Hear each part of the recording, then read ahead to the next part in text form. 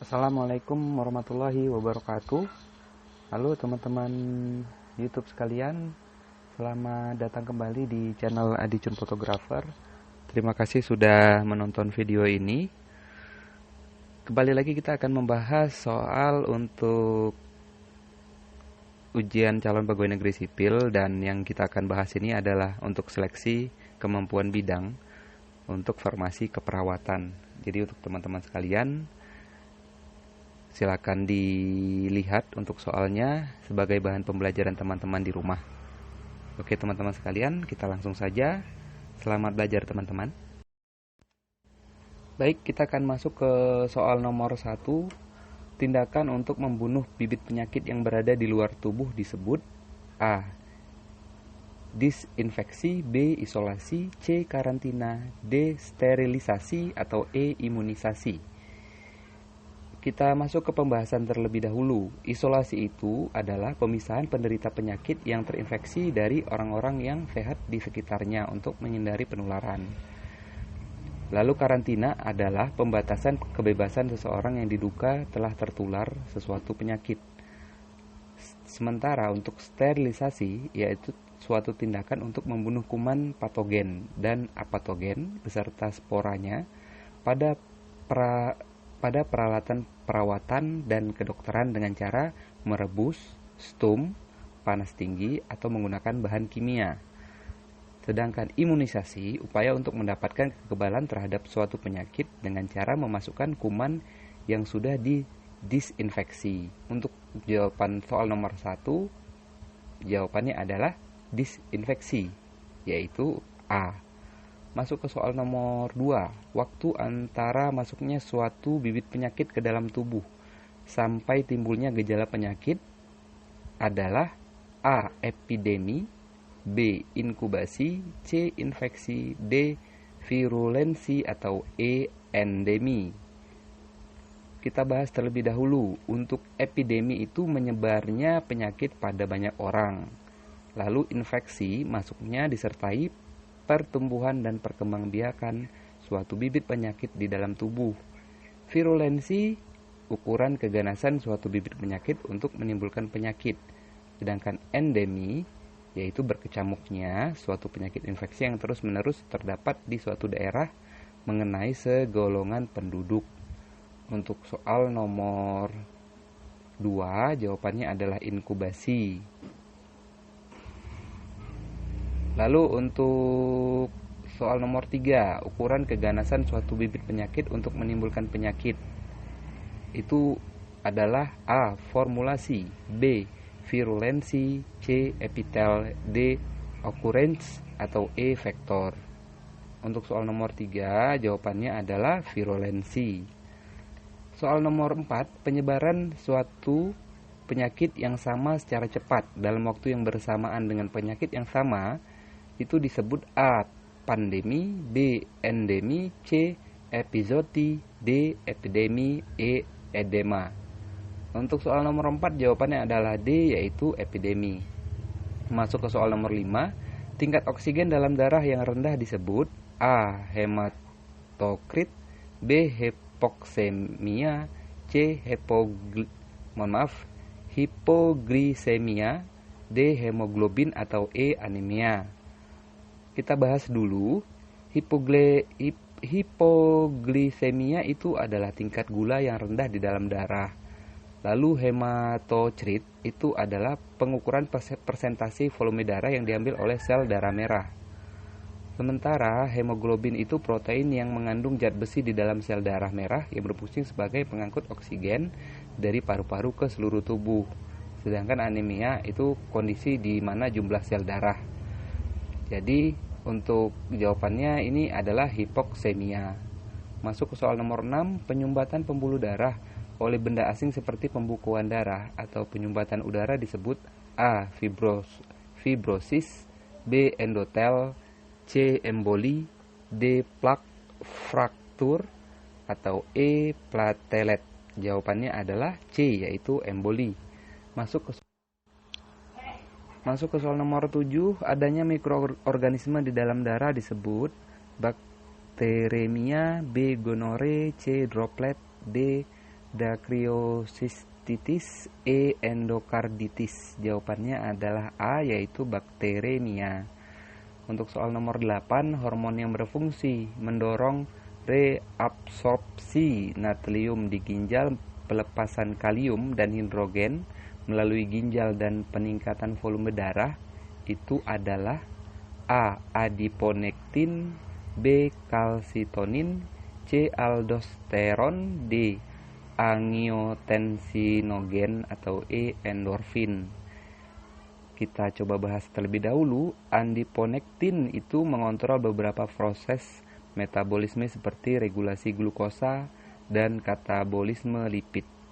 Lalu kalsitonin berfungsi menurunkan kadar kalsium darah dengan menghambat penyerapan kalsium di usus.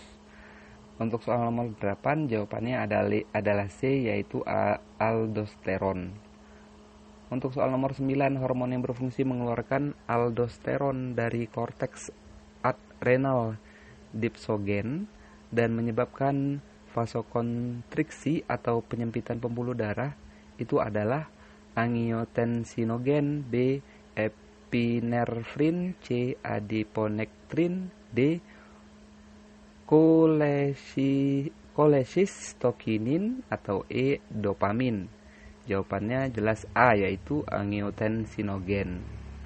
Masuk ke soal nomor 10, hormon yang berfungsi meningkatkan pasokan oksigen dan glukosa ke otak dan otot dengan meningkatkan denyut jantung, meningkatkan katalisis dari glikogen dalam hati, yaitu A. epinefrin, B. adiponektin, C. adrenalin, D. cholecystokinin, E. dopamin. Jawabannya mungkin teman-teman sudah tahu ya, yaitu adrenalin. Masuk ke soal nomor 11, pengertian dari euthanasia adalah memperpanjang hidup pasien. B. dapat memperpanjang dan memperpendek hidup pasien. C. dapat memperpendek atau mengakhiri hidup pasien. D. membantu dan memperpanjang hidup pasien, atau E. mempengaruhi hidup pasien. Jawabannya jelas ini adalah C, yaitu dapat memperpendek hidup pasien. Masuk ke soal nomor 12, sesak napas yang secara klinis dapat menunjukkan tanda-tanda penyakit tertentu. A. asidosis, B. emfisema, C. dyspnea, D. asfikasi, atau E. laringitis.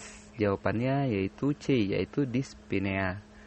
Masuk ke soal nomor 13, menurut Persatuan Perawat Nasional Indonesia, praktik keperawatan adalah A. tindakan pemberian asuhan perawat profesional baik secara kolaborasi yang disesuaikan dengan perintah dokter. B. tindakan pemberian asuhan perawat profesional baik secara mandiri maupun kolaborasi yang disesuaikan dengan lingkup wewenang dan tanggung jawabnya berdasarkan ilmu kedokteran. C. tindakan pemberian asuhan perawat yang dilakukan mandiri di rumah dan di rumah sakit. D. tindakan pemberian asuhan perawat profesional baik secara mandiri maupun kolaborasi yang disesuaikan dengan lingkup wewenang dan tanggung jawab berdasarkan ilmu keperawatan. E. tindakan pemberian pengobatan kepada pasien sesuai dengan diagnosa penyakitnya. Untuk soal nomor 13, jawabannya adalah D, yaitu tindakan pemberian asuhan perawat profesional baik secara mandiri maupun kolaborasi yang disesuaikan dengan lingkup wewenang dan tanggung jawabnya berdasarkan ilmu keperawatan. Masuk ke soal nomor 14. Standar praktek keperawatan adalah A. suatu pernyataan yang menguraikan suatu kualitas yang diinginkan terhadap pelayanan keperawatan yang diberikan untuk pasien. B. Standar untuk menentukan pengobatan pasien. C. Standar untuk mencapai praktik keperawatan yang menguntungkan. D. Standar praktik yang dibuat berdasarkan kolaborasi dengan tim medis. Serta E. Alat ukur kualitas pelayanan praktik di rumah sakit. Jawaban untuk soal nomor 14 itu adalah A, yaitu suatu pernyataan yang menguraikan suatu kualitas yang diinginkan terhadap pelayanan keperawatan yang diberikan untuk pasien. Masuk ke soal nomor 15 atau soal terakhir. Praktik keperawatan profesional mempunyai ciri-ciri sebagai berikut, kecuali A. otonomi dalam pekerjaan, B. bertanggung jawab dan bertanggung gugat, C. pengambilan keputusan tergantung dokter, D. kolaborasi dengan disiplin lain, E. pemberian pembelaan atau advocacy. Jawabannya C, yaitu pengambilan keputusan itu tergantung dokter. Baik teman-teman sekalian, kita sudah bahas untuk soal-soal yang tadi sudah sama-sama kita bahas. Soal SKB untuk formasi keperawatan. Jadi untuk teman-teman sekalian, soal tersebut, pembahasan dari video tadi bisa menjadi bahan pembelajaran teman-teman yang memiliki latar belakang keperawatan. Karena untuk soalnya ini juga didapatkan dari hari ujian yang lalu oleh rekan kami yang kebetulan mengikuti ujian tersebut. Jadi untuk teman-teman sekalian yang menonton videonya sampai dengan akhir, kami ucapkan banyak terima kasih. Dan untuk teman-teman yang baru hadir, bisa mohon bantuannya untuk menonton video yang sampai dengan akhir, karena untuk saat ini channel ini masih membutuhkan jam tayang untuk mendapatkan syarat kecukupan jam tayang yang sudah ditetapkan oleh YouTube agar bisa terus memberikan konten untuk teman-teman sekalian. Dan untuk teman-teman yang baru hadir, mohon bisa di-subscribe dulu, tombolnya ada di bawah video ini yang warna merah, dan di sebelahnya ada tombol lonceng, jangan lupa untuk diaktifkan agar teman-teman mendapatkan notifikasi video baru yang nantinya kami akan upload. Jangan lupa juga untuk teman-teman bisa di like untuk video ini, dan apabila ada yang ingin disampaikan bisa ditulis di kolom komentar. Juga untuk teman-teman jangan lupa untuk di-share video-video yang ada di channel ini agar lebih banyak yang mendapatkan manfaat dari video yang ada di channel ini. Untuk teman-teman sekalian, saya ucapkan banyak terima kasih. Untuk kali ini kita sudahi. Wassalamualaikum warahmatullahi wabarakatuh.